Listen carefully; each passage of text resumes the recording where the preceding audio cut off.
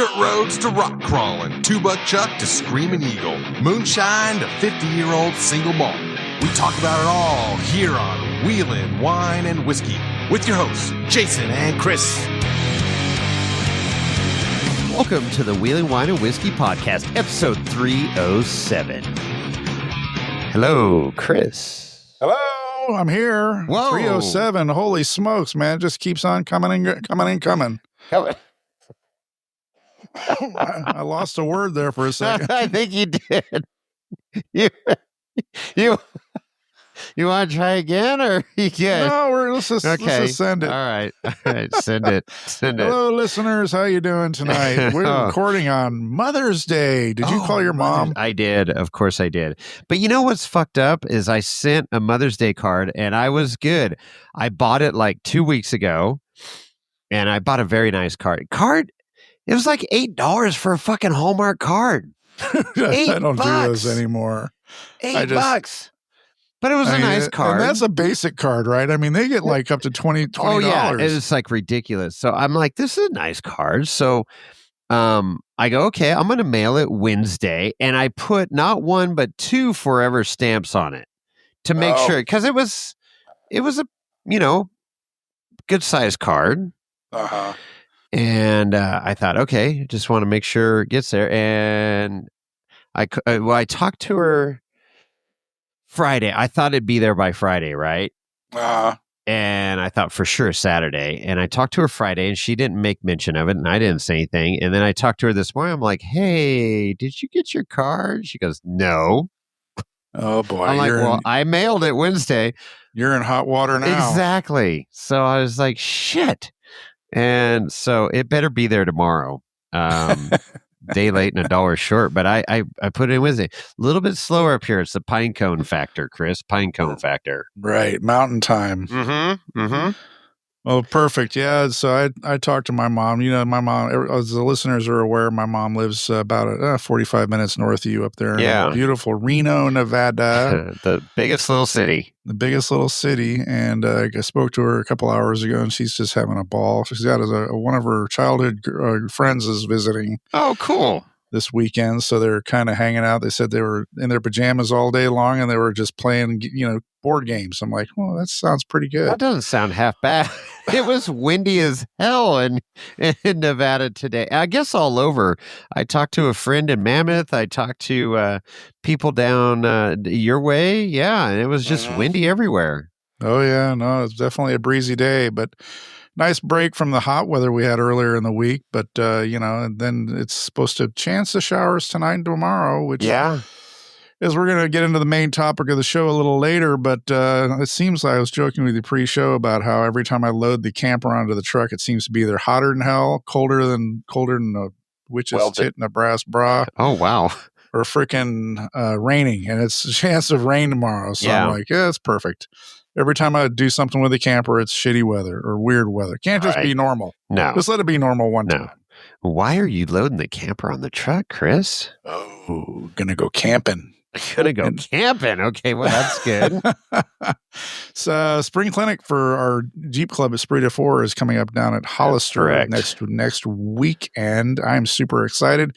I missed both clinics last year due to family and friend weddings that crashed into the same weekend. So I'm looking forward to getting back in the saddle with the clinic and seeing the students and reconnecting with a lot of our friends that I haven't seen in over a year.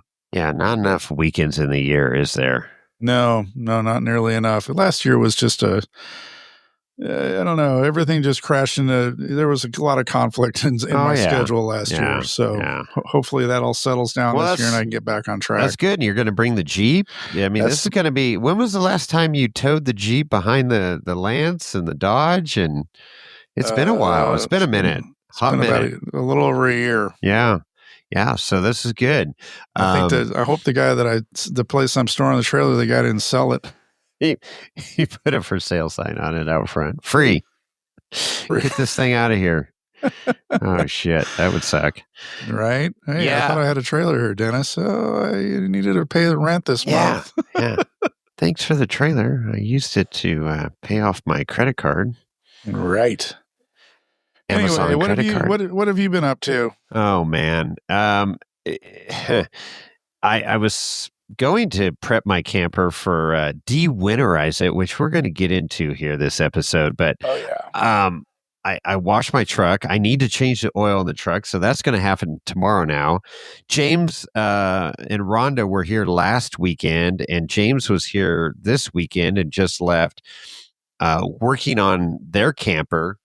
They had a water leak, and man, it's just Lance is a good camper, and they got an aluminum frame, which is great. Right. But they build those things, for lightweight, which equates to cheaper material, lighter material, and this plywood that they use or paneling, Luan paneling. When it gets wet, it's like sheets of paper peeling off, and that's what causes it to delaminate. And so we got all that cancer out of the camper, finished the inside. They totally remodeled the inside, which has turned out great. They painted inside. They reupholstered the couch. It's really turning out nice. Upgraded all the lighting to LED. Oh, that's important. Modernizing the thing. And, they're dropping some coin into it, but I mean, at the end of the day, they're going to have a badass camper, and it's still cheaper than anything they could buy out on the market right now, right? And better quality, too. And probably better quality, compared to what's coming off the line now. But anyways, and then James and I wrapped up the outside today, the side panels, because with the leak and then the cabover portion where it leaked and all that was gone on the inside and outside, replaced all that, got all the Phylon fiberglass siding back on and the windows back in. So now it's just the front nose cone and the roof, and then we're done. We're sending this thing down the river. No, getting it out of my garage. Back in service just in time for the camping season. Well, that's it. And they got, this was the last weekend James could come help. We've got the clinic next weekend, and then they got a cruise that I was supposed to be on for Jesse's wife's, Olivia's 40th birthday. So a lot of our friends are going on that, and half of them backed out because unfortunately Jesse had a medical issue, and it's really a fucked up situation, honestly. Yeah. But so I bowed out. I said, I could use that money to pay off a credit card. So I took, it's tough for me to do an adulting decision like that, but I did it, and I canceled the cruise. Yeah. So it's good. I got being an adult for a minute. It sucks, and I'm back at work, which I love. I actually love my new job, and anyways, so it's been good. I've been busy with those items there, but I'm looking forward to the clinic. Yeah, me too. It's too long not being there. It's definitely one of the highlights of the year for all of us. It's one of those chances for us to share our knowledge, as minuscule as it may or may not be, but with newbies and some experienced people, definitely take the classes too. And it's always fun to get back out on the trail and see how Hollister is holding up from all the. It seems like we hear more and more about how it's all these facilities are getting used more, and they're definitely changing and evolving. With the traffic that's on the trails has definitely grown. No, absolutely, and the education aspect is huge, and I alluded to it before, but that's why CJ and I are starting this Sierra Nevada Off-Road Academy, and just getting people educated and share our knowledge, and hopefully make a safer trip at the end of the day for everybody out there. But there's a lot of stuff that can go sideways off-road, so I really enjoy this clinic, and we get total newbies, and we have people with experience and stuff too, but to see the newbies just nervous in the morning and going like, what did we sign up for? And then they go out and then they see what they can do and what their rig can do. And they're like, brand new, shiny, right off the showroom floor rigs. Yeah. And they're like, oh my gosh, this is freaking awesome. So that's really cool. Really cool. So Yeah. Yeah. Good stuff. Too long not being there. I'm looking forward to it. And then, of course, as we always try to do, we want to make a little bit of a side trip when we're down there and do a little wine tasting at some of our favorite wineries, because this is Wheeling Wine and Whiskey. Oh, yeah. So you got a little wine going on too there. Yes, sir. Whoops. And I do too. What are you drinking? I have a 2021 Page Mill Zin. Oh, that's interesting that you chose Zinfandel tonight. So did I. I hadn't had a Zinfandel in so long, and I'm like, I'm having Zinfandel tonight. Let me guess. What is it? Fernwood? No, DeRose. Oh, DeRose. Oh, they have a fantastic Zin. 2016. It's Nick's Zin, dry farmed. You taste this wine and you're like, that may not be a Zinfandel. I mean, it's super bold like a cab, but it's delicious. That's definitely a good one for sure. And this Page Mill Zin, it's an eye opener when you first crack the bottle, like I did this evening just before dinner. And I've had another bottle of I had a bottle of this a couple months ago, and it blew my mind that how fruit forward it was right before it breathed. And it's definitely a fruit forward eye opener. And then once it kind of wakes up a little bit, it kind of tightens down to a typical Zinfandel. Yeah, with that pepper follow up. Oh yeah. You get I see. I don't get much pepper on this one, but it's good. It's fruity. It's not like over the top fruit though. Like that's the cool thing about their dry farming. I mean, literally, it's just rain that hits these vines, and it's intense. The flavors here. So, yeah, cheers. Happy Mother's Day. Yep, I'm not a mother, but you're a mother scratcher. I've made mothers. Wow. Okay. Here we go. And let's see. So what else? Hey, you, I don't know if you want to talk about it, but you got a little job hazard. Oh, fuck. The hazards of working on a golf course. You sent Rodney and I, Rod and I, a freaking photo, and I'm like, what the fuck? Yeah, it could have been bad. Dude. So last week on Wednesday, I don't know, around noontime or so, I was out touring the golf course with my boss. Just doing, we take quite a few drives around there just to see the property, as any good supervisor and superintendent should do, or he's my general manager. He's my boss. Mm-hmm. So we were bopping along, just chatting and looking at stuff, and it crossed over the fifth fairway. There was some people up on the tee, and they saw us, and we saw them. I crossed a guy teed off, and we watched his ball, safely travel down the fairway.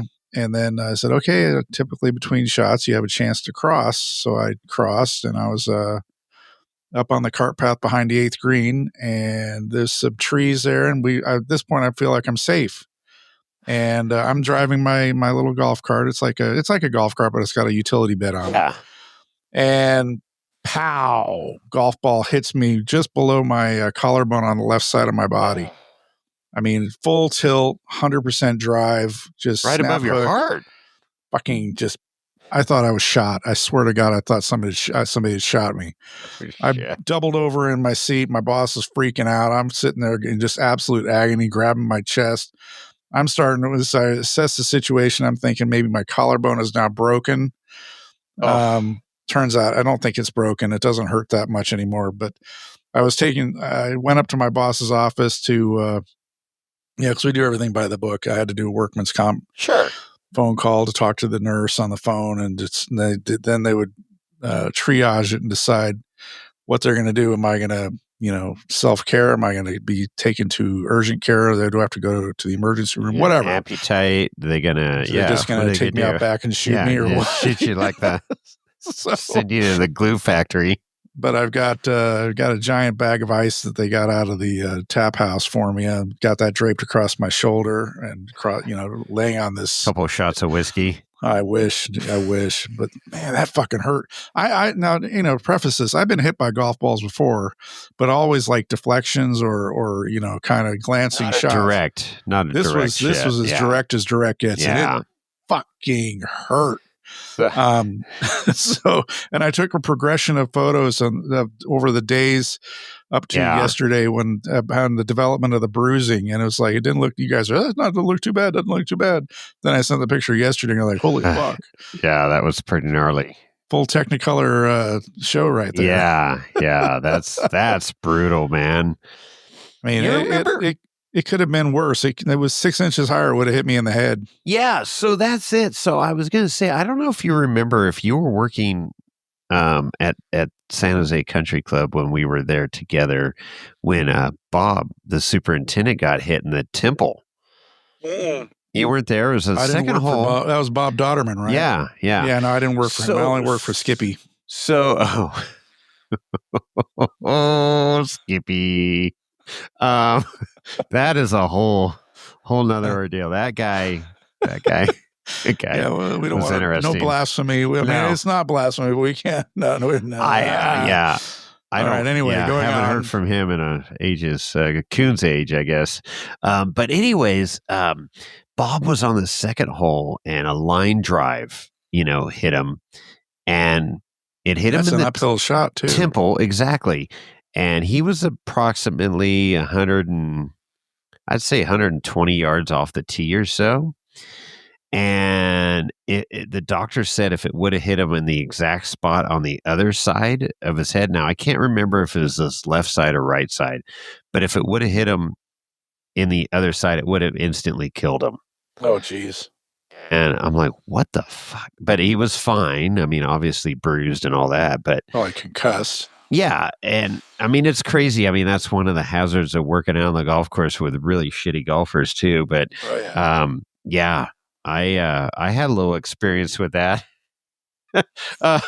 First day the golf course opened up for the season up here, and I was in the cart, the carry-all cart with the aluminum bed. And I'm watching, and these ladies were teeing off, and we were about 180 yards from the tee, so safe distance, well off the fairway. And here comes a line drive right at us, and I just casually stepped out of the golf cart, and it railed the bed of the golf cart. I mean, it wouldn't. If I would have stayed in the seat, it wouldn't have hit me, but it was damn fucking close. Oh, yeah. And I'm like, okay, welcome back. Welcome back. And I'm kind of determined, especially on my property, and it's probably the same for most, but the safest place on my property is actually in the middle of the fairway. Yeah, right? Exactly. Yeah. These fuckers are just spraying the ball wherever. It's crazy. But yeah, you gotta keep your head on a swivel for sure. And I had this ball. I had no warning. I thought I was in a safe zone in the clear. So I wasn't prepped for it or whatever. It just, all of a sudden I got drilled. Yeah. I've been hit twice from ricochets, not a direct line drive like that though. So that's brutal, man. Yeah, I'll pass on. If I go the rest of my life without that happening, it'll be too soon. Yeah, no kidding. Well, so good. Moving on. Yeah, moving on. Rodney took your photo and put Titleist over your. Did you see? Do you have the golf ball? Did you keep the golf ball? No. Where'd it go? Put me in the passenger seat and drove me up to the clubhouse so we could assess the situation.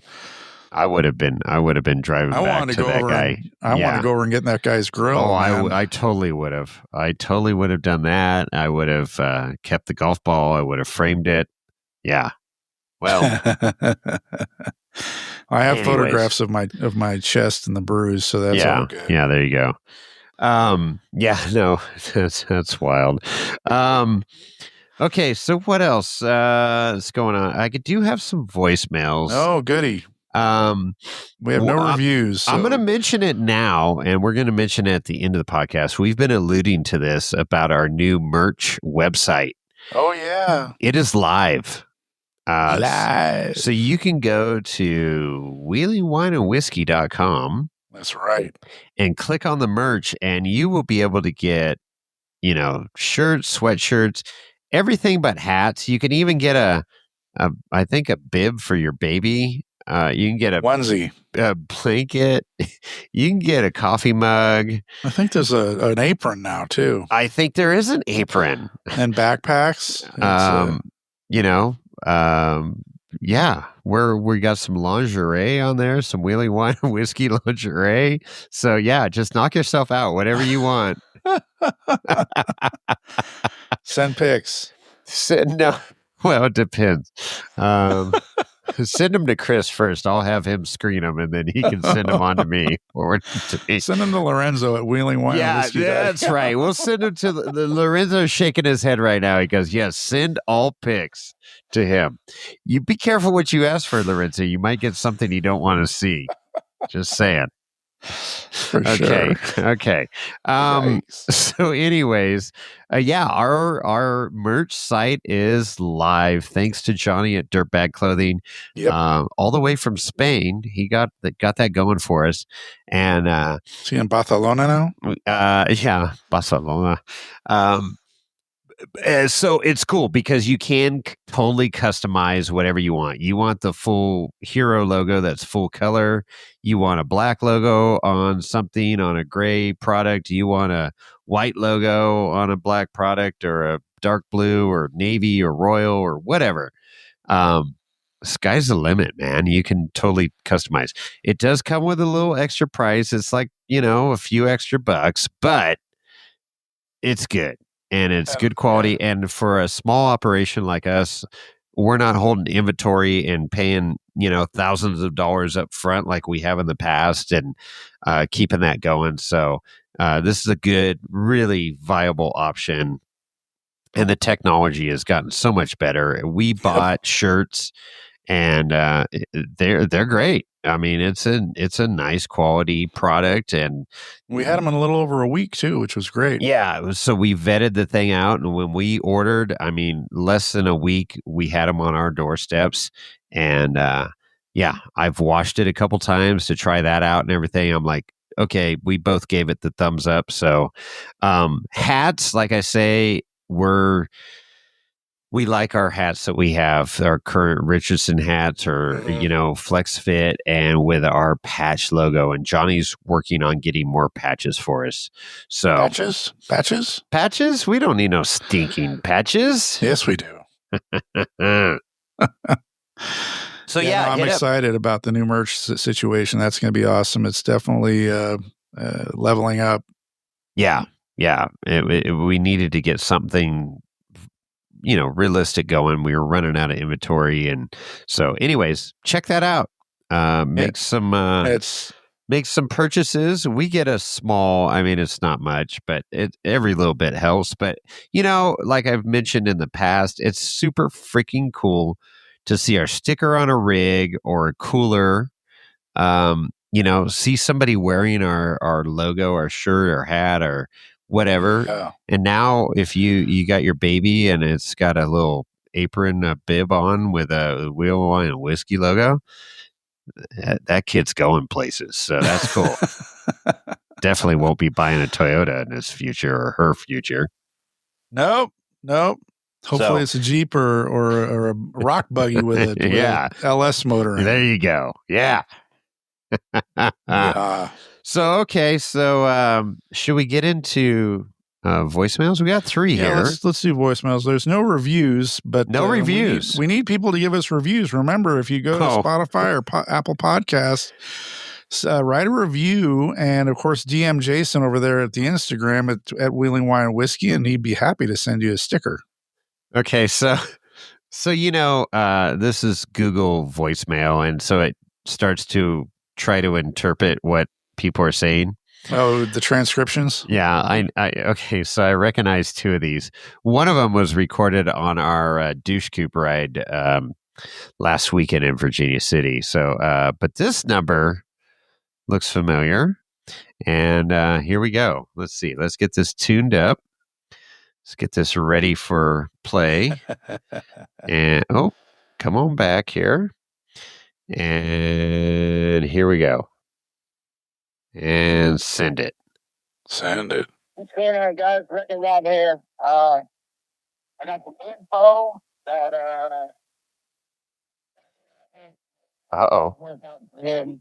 I don't know if you guys have noticed it, but kind of building a mega bed truck.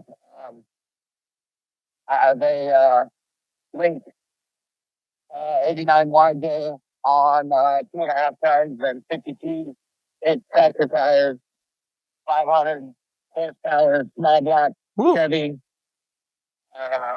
400, 205. Hoping it does mean. Anyway, I personally hate square headlight Jeeps.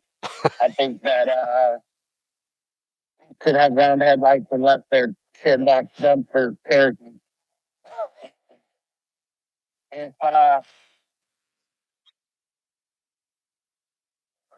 you are interested in a full motor built body armor kit,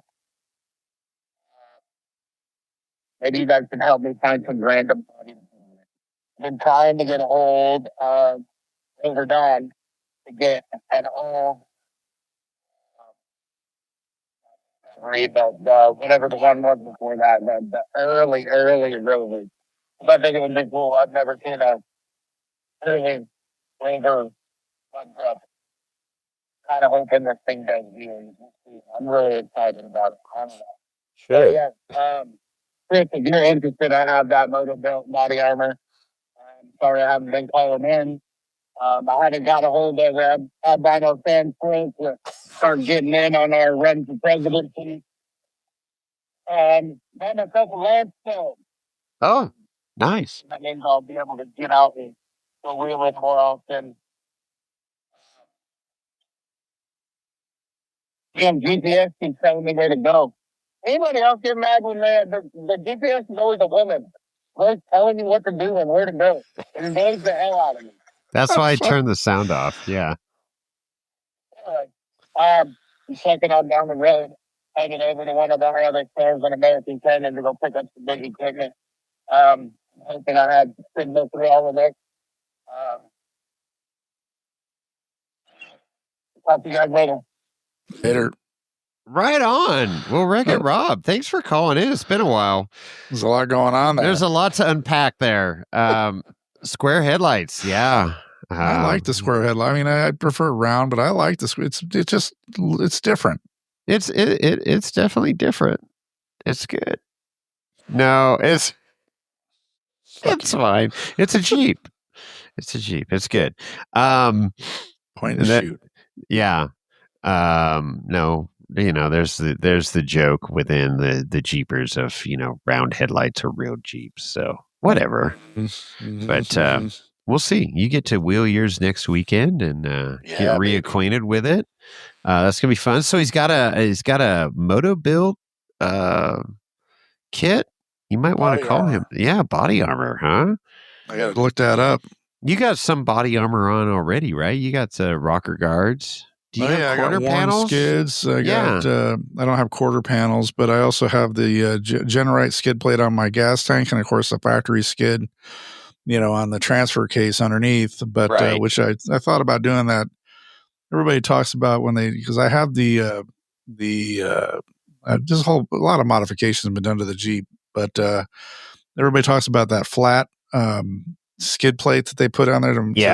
I forget what it's called, but I looked at that years ago and I decided not to do it. I've never had any problem with the factory stuff. So that factory skid plate, well, if I get to the point where that's worn out or not cutting it anymore, then I'll revisit that scenario. But I mean, I just had the tank out, and that Genrite skid plate is no that's joke. Legit. Yeah, that's legit. And the Warren sliders, they're legit too. I mean, they've come into play quite a bit during my wheeling adventures, especially on Ford ice. Yeah. Oh yeah, for sure. 100%. So yeah, he's building this Jeep and mud Jeep and 500 horsepower, and he wants to do wheelies. I think it'll do wheelies. It's pretty badass. You're gonna have to send us some pictures, Rob. Yeah, for sure. We want to see this thing. Yeah. How big were the tires? Did he say like 50s? No. Did he say 50s? I don't know. It doesn't say here, and then the GPS talking at him. I put it on silent. My phone's on silent. My GPS is on silent. I'm just a visual guy. Well, you got to contend with all the voices in your head. That's true too. There are the voices in the head. Don't do it. Don't do it. Buy more whiskey. Oh, okay. Here we go. Yikes. Lorenzo says he's got some wild voices in it. I bet you do from Mexico there, huh? Yeah. He's afraid of the chupacabra. All right. So stay away from the nose candy. This is going to be a shit show. I vaguely remember this Brian calling in while we were in Virginia City last weekend. Let's see. We may have to edit this out. We will see. First of all, boil the book. Oh. And what? And he smoked the joint. He didn't we might have had a couple drinks right now. Anyway, boy, that still sucks. Here's my friend Brian Deeper. Oh. And I'm Cisco. Lorenzo got a new puppy dog. His name's Turbo. Turbo? What about that? Hey, and did you put those new tires on your buggy, or are you gonna put those on your side by side? What the hell is this? No. Recording. No. Who the hell is that? He might have had a drink or two. Kind of sucks. Oh, that's good. Gotta love everyone. Yeah, I can tell. Wine whiskey. Why do you want to get a romance for Willow Wine Whiskey? What are you going to message? What are you going to message? Willow Wine Whiskey. Wow. Did you have a great day today? Oh, hey.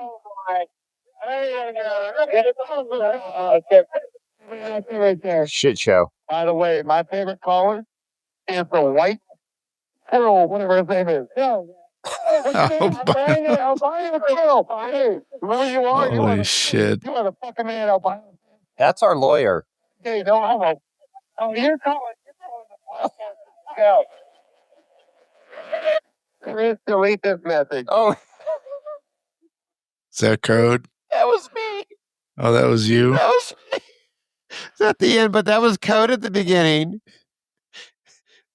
He was a couple of Jack and Cokes deep at the Red Dog Saloon in Virginia City, and Brian was feeling no pain. Big Pete was there. I don't know if I think Big Pete chimed in there for a hot second. He might have said Toyota suck. Yeah. Anyways, that was it. Then Brian hands me his phone. It says, "Here, say something to your podcast." What the hell?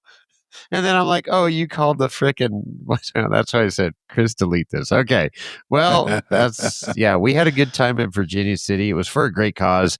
The Nevada chapter, military that helps families that have lost, a loved one in military. And so we generated a shit ton of money for them last weekend. Very cool. And help out veterans' families is basically what that was for. So yeah, it was a good cause, a lot of fun.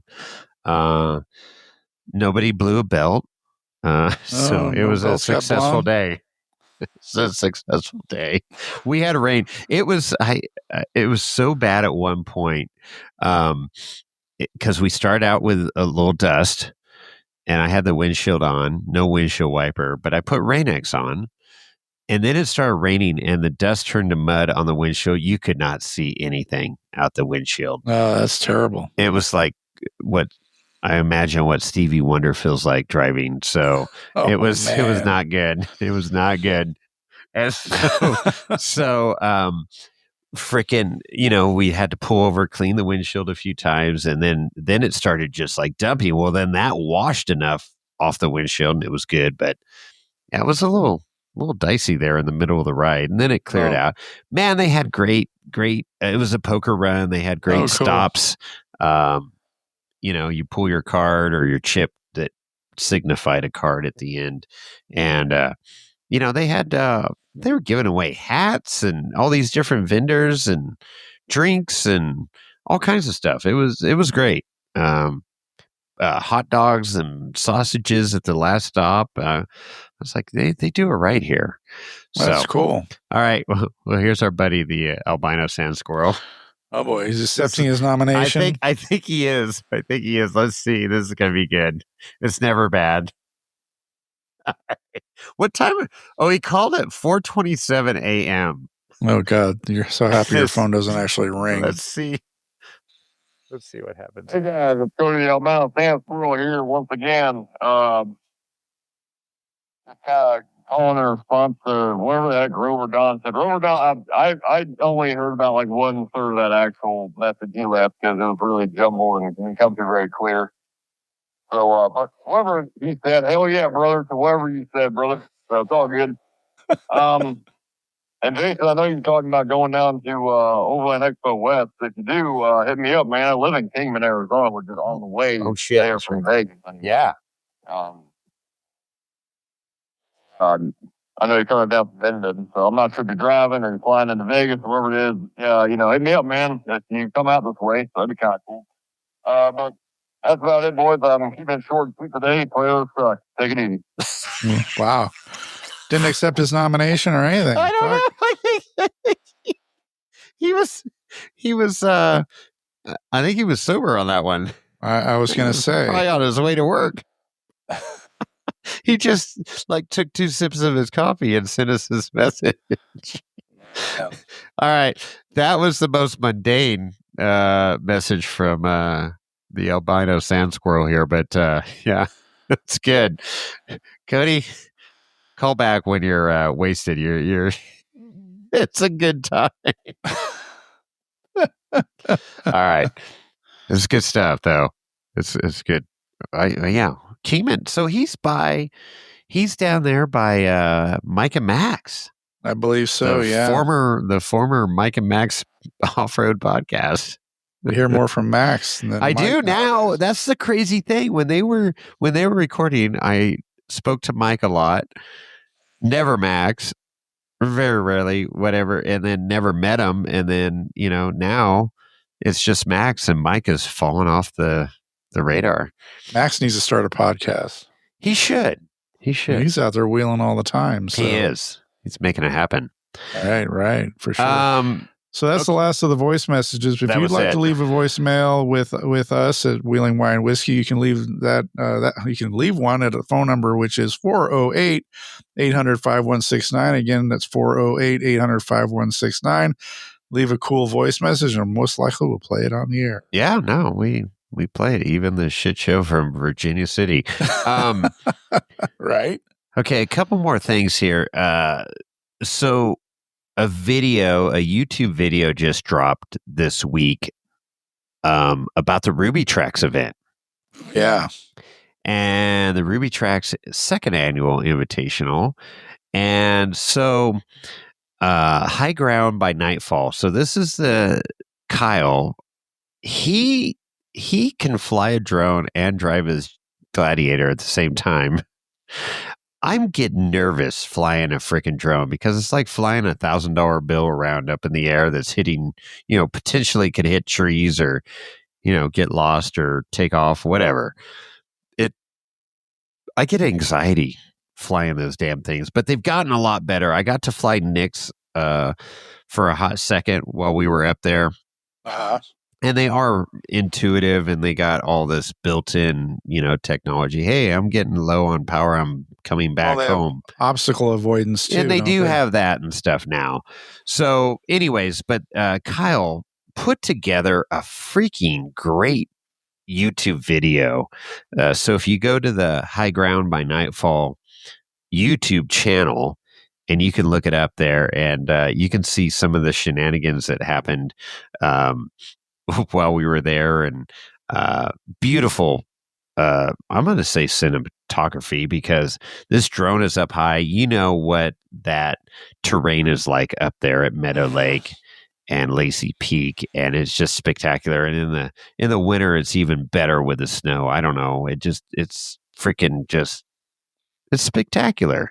And he got snow muffles the sound, so everything's just really Well, serene. it's that, and it's just, I don't know, snow-covered mountains are cool, I guess, because I'm a skier, but I love it. And um, check out that video and give it a thumbs up. With that said, Chris, Yeah. we got some exciting news to drop too. Oh yeah, we do. Oh yeah, we do. I'm so excited I can't even talk anymore. Yeah. So we have sponsors, right? So like Tyler's helped us out with the website. Mhm. Johnny obviously helped us out with merch and logo and everything. So there's His definitely voice. been people helping us. Yeah, his voice at the beginning of the podcast. So a lot of people have helped us along the way, but we have our, after 6 years later, we have an actual financial sponsor of the podcast that Yes, we do. take my money and talk about my company.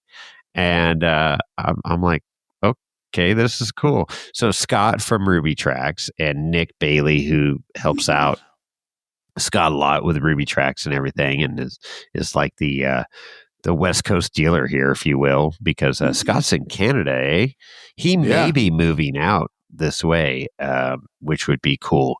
But anyways, got to know Scott well on this Ruby Tracks Invitational, and we recorded that podcast. He's been dropping, if you go to the Ruby Tracks Instagram page, he's been dropping some fun stuff, and I reposted it. But like when he was talking around the fuck around and find out table, and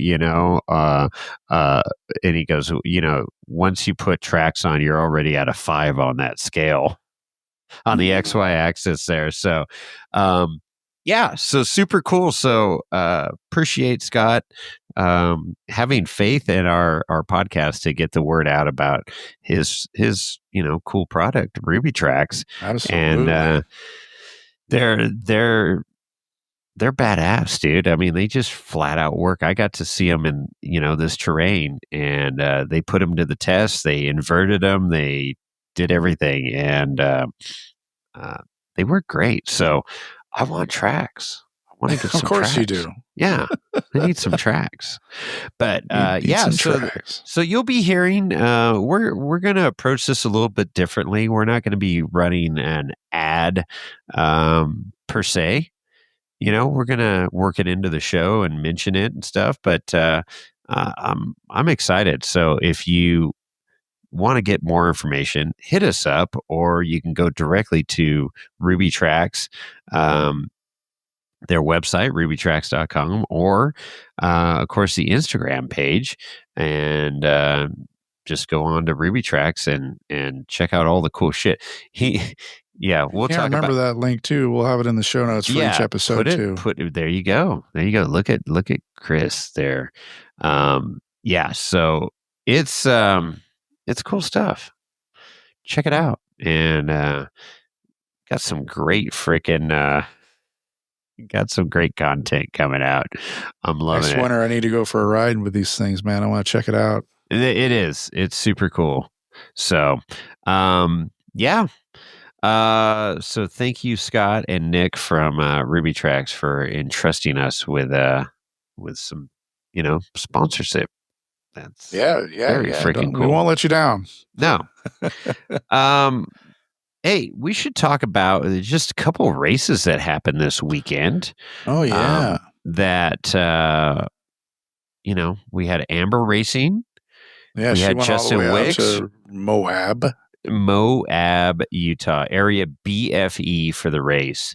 So, she, Freight Factory, who's been sponsoring her and Randy, went out and said, "Hey, are you going to make it to, area BFE?" It's an Ultra 4 race out there in Moab.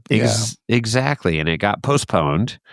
And so here it is. And she had just gotten back from, Moab Easter Jeep Safari out there with the family.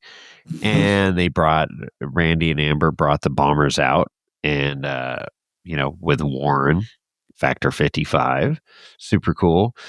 Anyways, she says, hell yeah, I'll go race that race. So she went out and she qualified second. That's right. You know, which is freaking awesome. It looked like a badass course. I mean, I've been out to Area BFE. I haven't wheeled it, but there's some gnarly terrain out there. Some good stuff, and they've done races out there in the past, and they've been pretty Western. And this one looked very good. Like it was like they were in the rocks the whole time. Yeah, for sure. There were a couple of wash areas, but for the most part, it was rocks. But not like insane, out of control shit, you know, bust up your rig shit. So it was a solid freaking race, man. And she unfortunately finished second on corrected time. Correct. So Woody Rose was you know, there, and it was good racing. I mean, it was great to see a lot of our local NorCal, Western United States people out there. Megan Miller and Megan Amber. Miller was out there. Unfortunately, she missed something. I got to read up more on that, but I saw her post that she missed and got penalized something, you know, and she owned up to the mistake, but that sucks because she was doing really well. I mean, I watched the race and I was like, they had, you know, Megan had the Starlink going, so she had the in-car cam live, and you know, I mean, that racetrack was pretty much a single track. I mean, there weren't a whole lot of areas to do any passing. No. So you and I were talking on the phone earlier today about her missing a virtual checkpoint or a checkpoint or whatever. Yeah, whatever it was. It's like, how do you do that when it's a single track? You know, I mean, I don't know. That's why I want to find out more. But you know, great. She's freaking that new car to her is badass. That Bronco, and it's just, you know, it's just like watching, you know, her, Amber, that get into better vehicles, more capable vehicles, and they can really shine with their driving ability. And they both have been accelerating here the last year.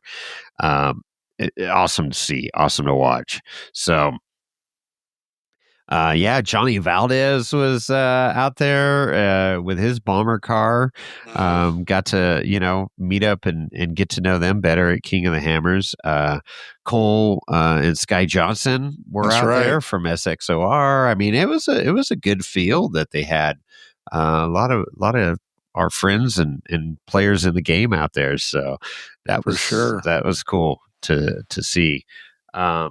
And then Justin, what were you going to say? Oh, I was just going to say, I was watching the live stream when I was at work.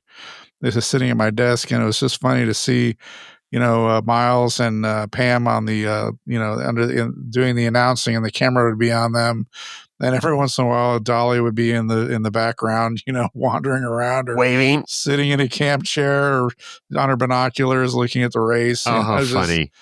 I was like, Dolly's everywhere. Everywhere. Everywhere you want to be is Dolly. She's just living her best life right now. It's freaking awesome. Absolutely. No doubt. So anyway. So Justin Wicks was in the Nevada Wild 400. So out of Hawthorne, and obviously 400 miles. Freaking kid finished qualified first and was in the quote unquote pole position, right, for the race Saturday. Unfortunately, looks like they had some overheating issues and took him out of the race, which is very unfortunate because obviously he proven himself and laid down the fastest lap time to qualify first. So, but seat time and getting out there and doing it, and it's cool. All this Nevada racing, the Fore Valley Off-Road racing series, you know, is cool. It's right here in our backyard. So I'm glad that they're racing some of those races. And then, you know, we got Vegas to Reno coming up, and hopefully his uncle, Eric Wicks, will be out there in his brand new badass freaking Get Bent Fab rocket ship. Oh yeah, no, he's been SpaceX, posting up a storm with that. We'll call it SpaceX too. He's been sending me photos, and it just, dude, wait till you see this fucking car in person. It is something to behold. I look forward to it. I mean, I'm excited. It's been, he missed out on racing at KOH in 25, and I'm looking forward to him being back on the track in 26, and showing off this new car and his driving skills and so forth. So, I think having a great race car is one thing, but having a great race car and being a great driver, you put those two together, and it's a winning combination. So, well, and not afraid to hit that skinny pedal, and he's definitely not afraid of that. So I know, I definitely know. I have firsthand experience. I think, yeah, you have. So that's just the Wix way. I think is just hammer down, just send it, hammer down to the finish. So, so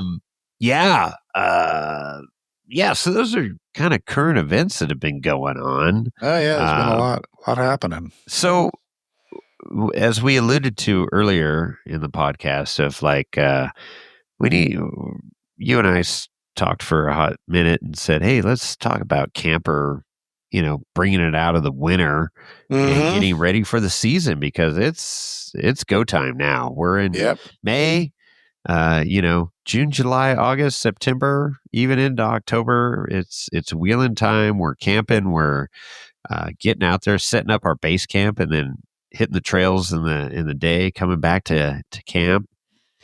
To a nice hot meal and a hot shower and a warm bed at night. And wait, you're forgetting the whiskey.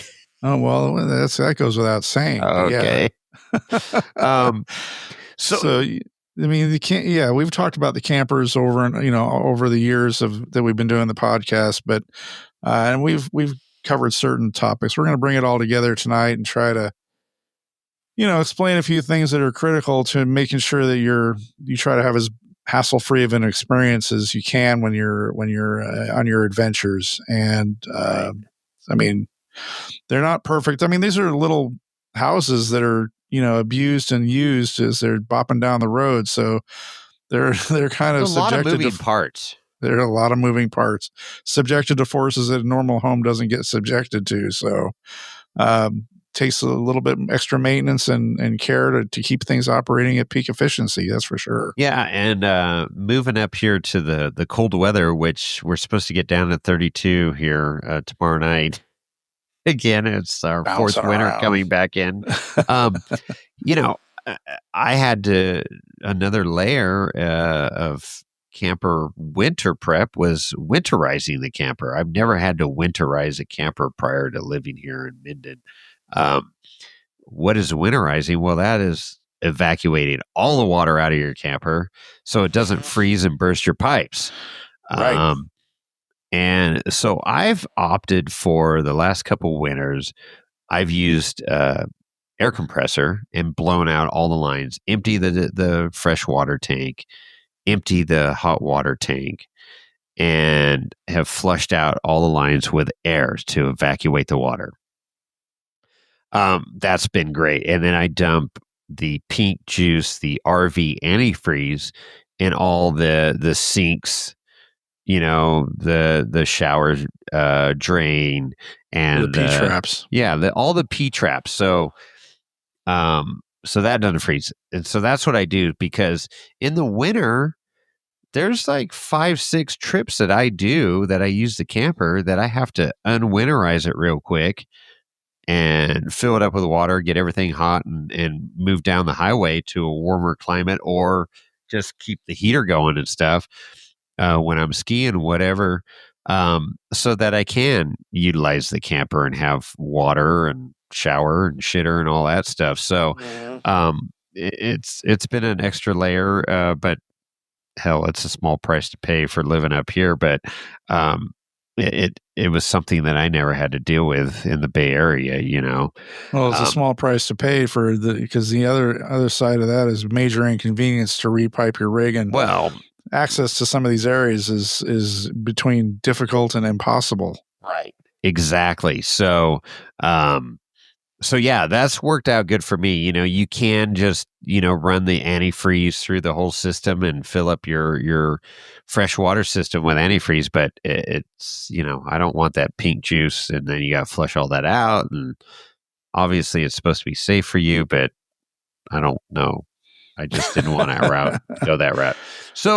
So yeah, you've kind of started with the plumbing, and let's continue on with the plumbing. So dewinterizing, and then what do you do after you've dewinterized and you've flushed it out? You need to sanitize, right? That's kind of an important thing. Sanitize your water tank, and there's a lot of different ways to do it. There's a formula, and it's like a bleach. It's like a quarter cup of bleach for every, I want to say 20 gallons. Mm-hmm. Sounds about right. Sure. Look it up on Google. Lorenzo, why? No, you need to do some freaking work, for God's sakes. He's been lazy ass lately. But yeah, there's a formula there. So you put some bleach and fill up your water tank, your fresh water tank, and let it sit for overnight or 8 hours. And you pump all that through every faucet. Your quarter cup for every 15 gallons. Oh, 15 gallons. So I said 20. So I was a little off, a little bit light on that. But yeah, so quarter cup every 15 gallons. Do the math on your fresh water tank. Fill that sucker up. Run your water pump and run it through your kitchen sink, your bathroom sink, everything. Your outdoor shower if you have one. And then all that, bleached water will set in your lines and kill any funky stuff that you got in there from the winter. Yeah, algae or even, pathogens of any kind or whatever. So COVID, any of that stuff. Herpes. Tetanus, herpes, syphilis, gonorrhea. Whatever's in your RV there, it's going to kill it. And then so you let that sit overnight, and then obviously drain all that out, and you add fresh water and you flush all your lines. If you still have this chlorine, bleach smell, should say, you can put white vinegar in your tank, and that will get rid of the bleach there. But totally safe at that point to utilize the system and brush your teeth and all that good stuff. I use bottled water to drink typically in my camper, but I do use the water to brush my teeth and all that stuff. So just good precaution and good to start off the season that way. I use my camper so much, I usually do it mid-season as well. When I think about it, and sanitize it then, and then put it to bed for the winter. So yeah, bleach is cheap, and getting sick sucks. So I would err on the side of caution and just do it an extra time depending on it. I mean, I don't have to winterize like you do. I live down here in the Bay Area, but I'm definitely going to sanitize the tanks when I bring the camper home tomorrow. I'll probably do it Tuesday or Wednesday. But prior to loading up for the trip down to Hollister, I will be sanitizing my tanks prior to my first trip. So yeah, absolutely, it's an important thing to do. Yeah, so then your plumbing system's all good there. Refrigerator, hot water heater. Take your air if you got access to compressed air, and check everything out. Blow all the coils off on the back of the refrigerator. It might be a little difficult to get to because you got to kind of reach up in there. But if you can blow out any dust or cobwebs, and make sure, because these stupid insects, these spiders, like to build nest in the orifice for where your gas is coming out for your burner. Exactly. For your refrigerator, for your hot water heater and stuff. And just go and inspect all that and clean all that out and make sure that's good to go. Fire that stuff off at home. Get your refrigerator cold. Make sure everything's working. Get the hot water hot.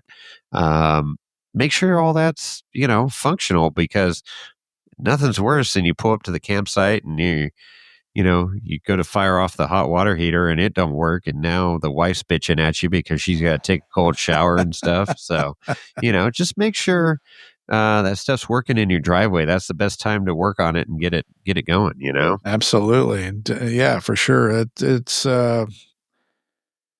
nothing's a bigger bummer than getting to your destination and finding something's wrong. I mean, I have had that happen. I had refrigerator problems at Meadow Lake one time with my old camper. Oh, You yeah. helped me troubleshoot that.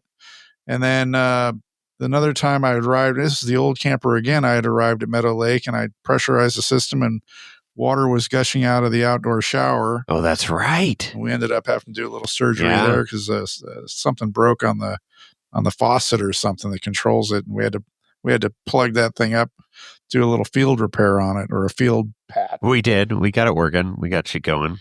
Yep. So I mean, this kind of dovetails into having some, basic tools. I know we're wheelers and we have tools in our Jeeps and whatnot, or our off-road rigs, but you should have a basic set of tools in your camper, some like black electrical tape, multimeter. It's interesting what we use to patch those hoses going into the faucet on the outdoor shower on my camper. We use bolts with Teflon tape. Yep. And some hose clamps to seal those off. Sure. So those are kind of things I learned from you on what to put in your camper to, fix leaks like that.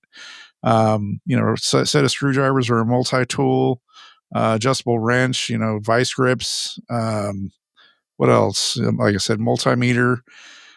Fuses. I keep a package of fuses, different amperage fuses, the little blade type, which is, look at what your camper needs and kind of think about it.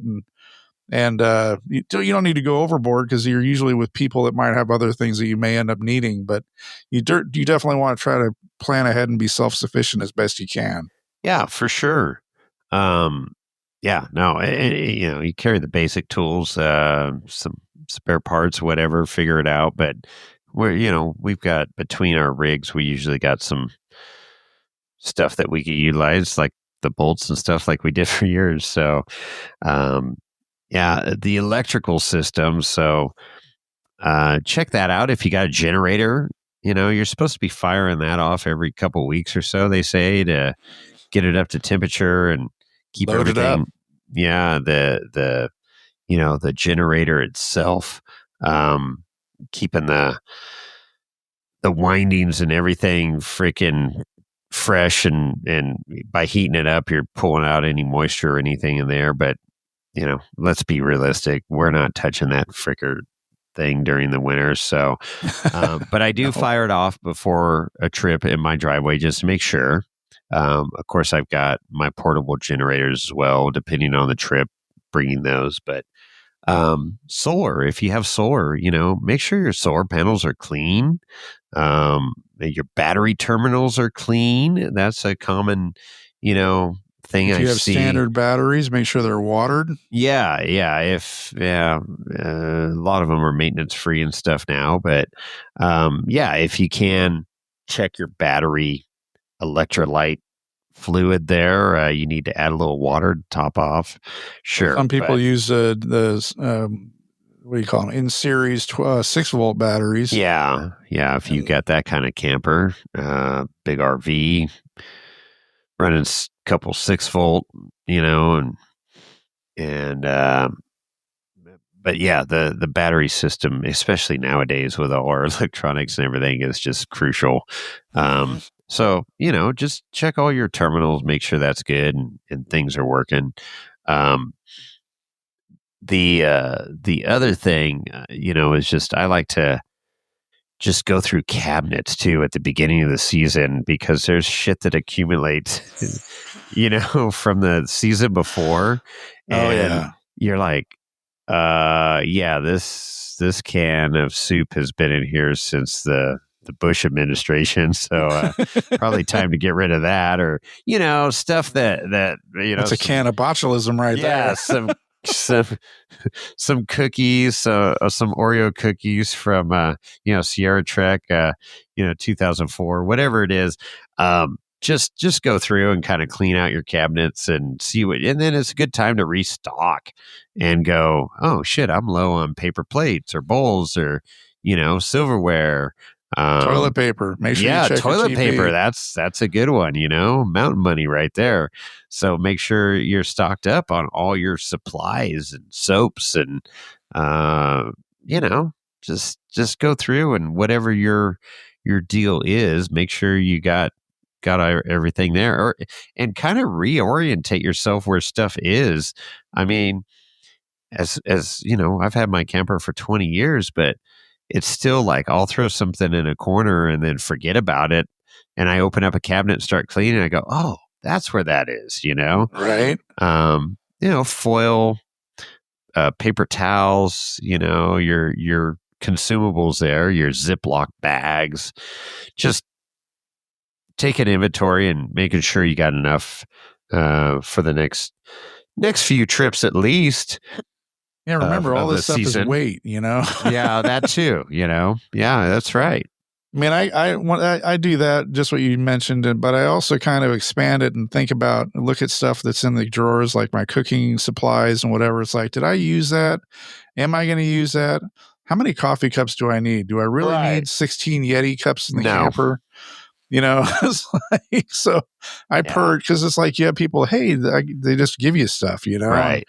I mean, I must have like 100 stickers in the camper from people handing me stickers that I purge. I bring them into the house and I put them I have a giant, like 2-gallon Ziploc bag filled with stickers that I go through every once in a while. I've got a mountain of stickers. But that's why I built that workbench in the enclosed trailer to display those stickers. So, right. No, that's a good point. Yeah, just going through that stuff and just cleaning out the camper and making sure it's ready for the next beginning of the season, I should say, because we use our campers a lot and we rely on them. We rely on them. And so the other thing you really need to do in this, is get up on that roof and clean it. Check all your roof penetrations. You got vents up there for the plumbing, for the toilet, for the sink, for the shower, or whatever. Make sure those covers are in good condition. Make sure that all your caulk is in good shape. It's not giggity.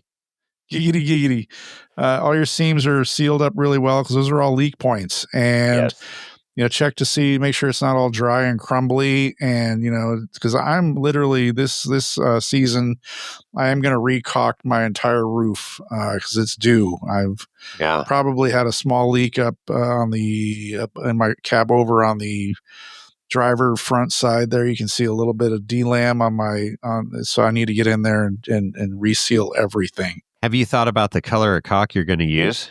I'm going to use white. Oh, you're going to go with white caulk. Okay. Just checking. It's clear. There's black. There's white. Edit this all out. All right. Well, but yeah, no, definitely get up on your roof. I know it's one of those neglected areas. It's out of sight, out of mind, right? I mean, we have roof racks up there. We've got the AC unit. You want to check that. Make sure that you haven't, and be aware of your height when you're driving around. If you see low branches, you're going to clip stuff sometimes, and that will cause damage. know what your height is to the top of your AC unit. Like you pull into a gas station that has a low awning, or some of these remote places we go, they got these freaking low bridges, and it's posted typically, height is 12.4 or whatever it is. I'm 12.1. So that's good to know when you're out there on driving around and you get low bridge, low canopy, low whatever, and the branches.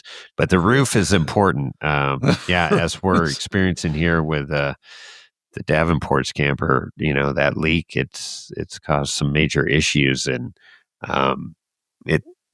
we checked it out earlier in the year, but it's just something let go, and caulk got compromised caulk.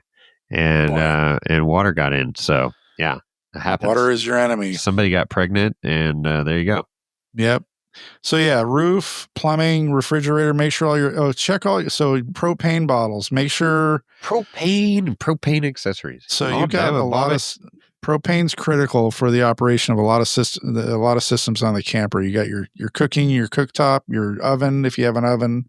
The refrigerator runs on propane. Most of our campers have 3-way fridges, which can run 12 volt, 120 volt if you're on shore power, and propane. And we use propane for a majority of our trips. Very rarely, if I've never used 12 volt because it just sucks your batteries dry like so instantly. Inefficient. Yeah.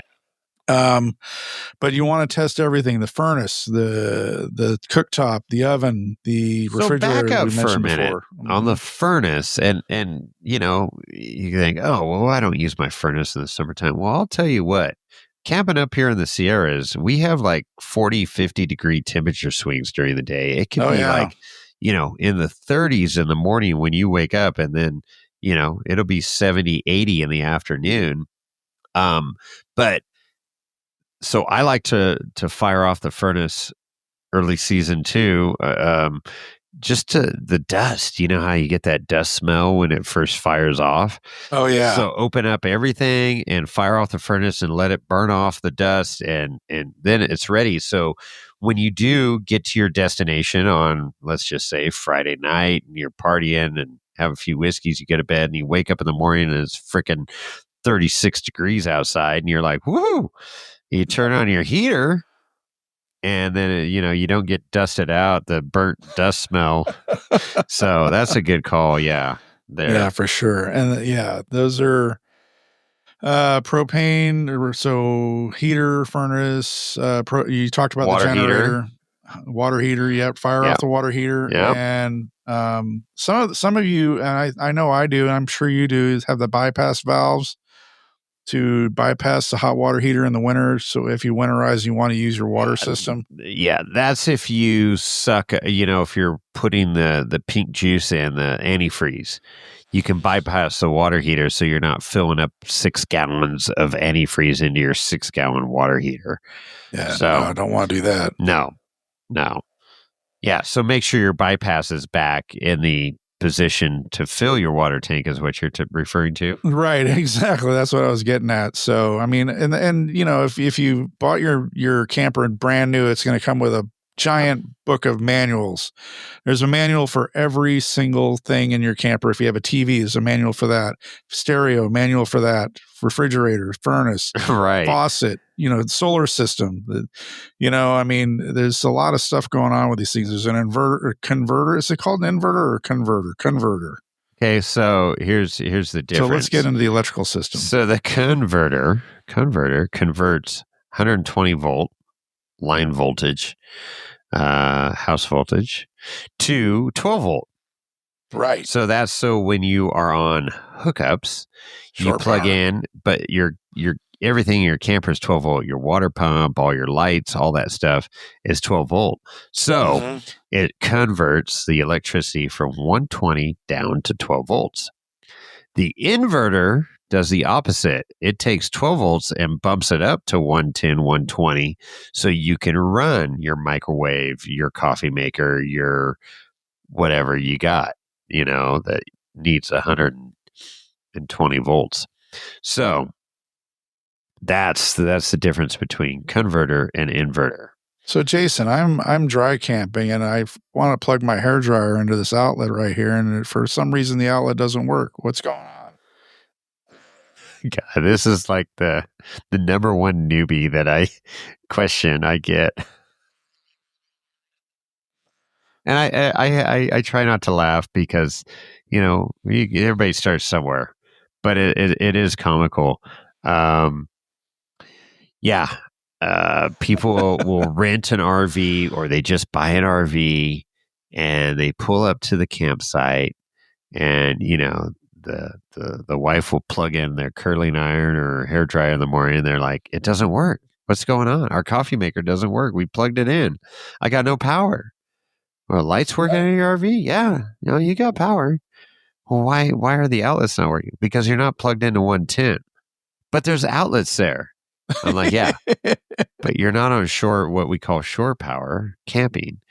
And so, yeah, unless you have a badass, Super C motorhome, Class A, diesel pusher with 1,200 watts of solar on the roof and freaking 800 amp hours of batteries. 5,000. Yeah, you got some major fucking batteries on there, power, and then you got the inverter that converts 12 volts to 110, and these new buses and stuff. I mean, everything is running 110, the refrigerator, everything.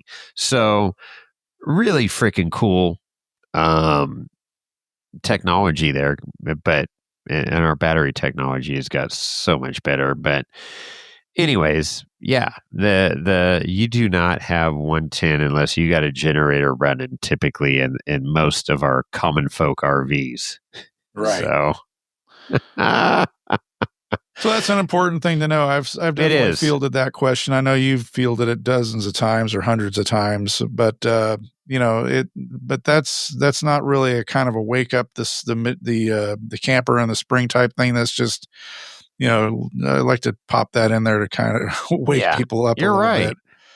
But so we've talked about the plumbing, we've talked a little bit about electrical, we've talked about propane, we talked about the roof. What have we missed? Anything? Well, there's so much, I mean, we can go into every gnat's ass detail here, but I think those are the basics, your water system, your electrical system, cleaning out the camper and just purging, the cabinets and getting your supplies restocked. I don't know. I like the roof deal is very important to make sure your seals are, your caulk's not cracked or compromised. You don't have compromised caulk. You are sealed out from the elements. Oh, I've got something. Go. Something. So batteries, change the batteries in your check. So three things.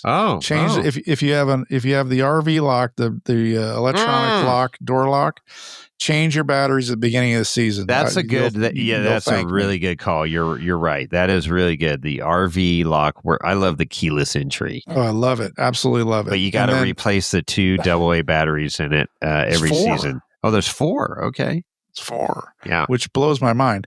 And that's a pain in the ass too, because those nuts there should be captive and they're not, and you have to freaking that sucks when they have to change that thing. Yeah. Anyway.